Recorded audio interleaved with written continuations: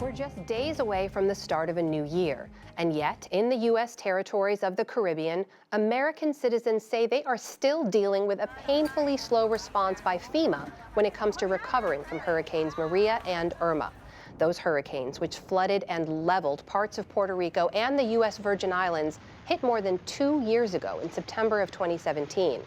Journalists from the New York Times have spent time on those islands in recent weeks and found thousands of recovery projects have yet to get the full money from FEMA that they need. And many buildings are in disrepair since the hurricane or stalled from completion. Zolan Kano-Youngs is Homeland Security correspondent for the New York Times. He's been covering this, and he joins me now from Boston. Zolan, welcome to the NewsHour. Your reporting was based on a number of documents you got as part of a Freedom of Information Act request. Tell me what those documents showed about the pace of recovery funds. Right. So when my colleague Mark Walker and I were filing these public records requests, we really went in with this question. We know that the territories, Puerto Rico and the U.S. Virgin Islands, are still struggling since those two hurricanes devastated them. But is the recovery process actually slower for them rather than states in the mainland of the country?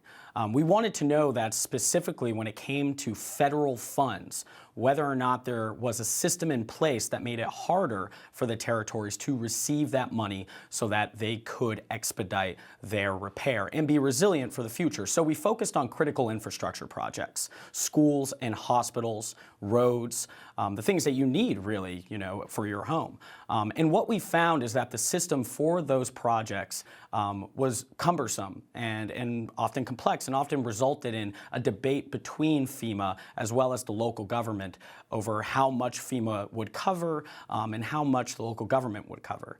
In regards to the exact results of our reporting, what we found was that, as you said, out of thousands of requests that these territories have made, just a fraction of them have actually been approved, meaning that just a small amount of the money actually allocated for the territories has made it down to people on the ground, which just isn't the case for other states that are prone to be hit by hurricanes. Help me understand, how big of a disparity are we talking about? When you say the process is cumbersome when it comes to the U.S. territories, that there are thousands of requests, only a few have been fully funded, is it vastly different when you're talking about mainland U.S. states? Well, yes. In Texas, there were more than 3,000 critical infrastructures approved thus far. In Puerto Rico, for an example, there are about 190. So right there, you can see the disparity. Now, what does that mean on the ground, right? What it means is that in a place like St. Croix in the U.S. Virgin Islands, where there regularly is only one hospital for people to go to, it means that there's still a hole in their roof. It means that an entire floor has been shut down due to mold that is still spreading throughout the hospital. That nurses are still working in this area, and as a result of working there, have rashes as well, and are fighting through that in order to provide care to the people on the island. At one point, they had no working operating rooms there due to the damage that still exists. This is this season. This is this fall. This is still the state of this place. And the way FEMA works, it's important to note, it is a reimbursement system. So, when you go and you talk to government officials about this, they might say, look, it is on the local government to front the money, and then we repay them for it. But when you talk to people in these communities, they say, well, look, we are already at a disadvantage.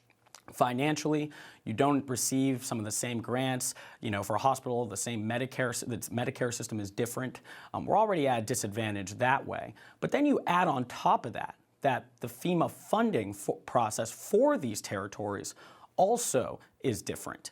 Up until earlier this year, people on the territories basically needed to prove that a certain percentage of these critical infrastructures, that a percentage of the damage was caused by the hurricane and wasn't pre-disaster damage.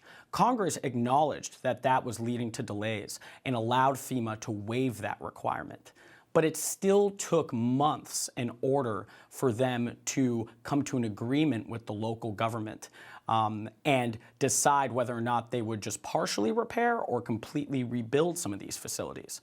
That hospital that I was just referencing on the Virgin Islands, they haven't even moved into their temporary facility yet. That's scheduled for spring of 2020. Actually, I just heard recently that it might be summer 2020, which would mean that they would be in the thick of their third hurricane season without even moving into their temporary facility. In the immediate response to these disasters, there was a lot of conversation about the fact that there are a lot of logistical hurdles to surmount when you talk about getting aid to a place like Puerto Rico or to the U.S. Virgin Islands. It's a lot easier to put aid on a truck and get stuff down to Texas, for example, than it is to go to islands. Is any of that, the logistical hurdles, does any of that feed what you described as a more cumbersome process for residents there? Oh, of course, absolutely. I mean, just transportation for one. As you acknowledged, I mean, that is a challenge to provide all of the resources to these places that are not a part of the mainland. Another one is we have to acknowledge the fact that these two hurricanes hitting back to back, just the damage was unprecedented, and it was. It also was at a time that FEMA was dealing with a lot of other natural disasters across the country, wildfires in California, flooding as well.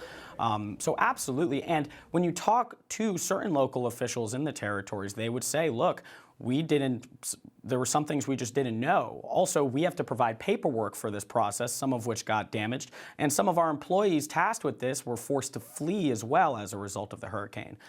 It's an incredible piece of reporting. I encourage people to go to the New York Times to read in full. But Zolan, while we have you, I want to ask you about another report you have out just today, this one focusing on President Trump's border wall. You actually traveled to the area, much of which is on private land, right? Private landowners who control a lot of the land that the president, the government would need to claim via eminent domain in order to see through his border wall promise. What did those folks on the ground tell you? So you're right. In South Texas, most of that path for the border wall goes through private land. Thus far, the administration has built about 93 miles, most of it being on federal land, and they've only acquired about 3 of the 144 miles that is on private land. Those individuals face a choice. Will they voluntarily give up their land to the government for the exchange of a sum of money, or do they risk being taken to court, in which the government can assert eminent domain and probably get that land anyways? And those people, they have a range of views. You know, I talk to landowners who vocally support President Trump and believe what he's saying in regards to border security, but they want to remind people the border wall is not being built on the border. The border wall is being built about 1 mile within the United States, meaning that they would now lose easy access, as they describe it, to much of their land. For one individual, more than half of the acres that he uses for farming. So that's kind of the real world consequence for them. But they don't have many options when it comes to, like you said, the ability of the government to use eminent domain. That is Zolan Kano-Youngs, the Homeland Security correspondent for the New York Times. Thank you very much. Oh, thank you for having me.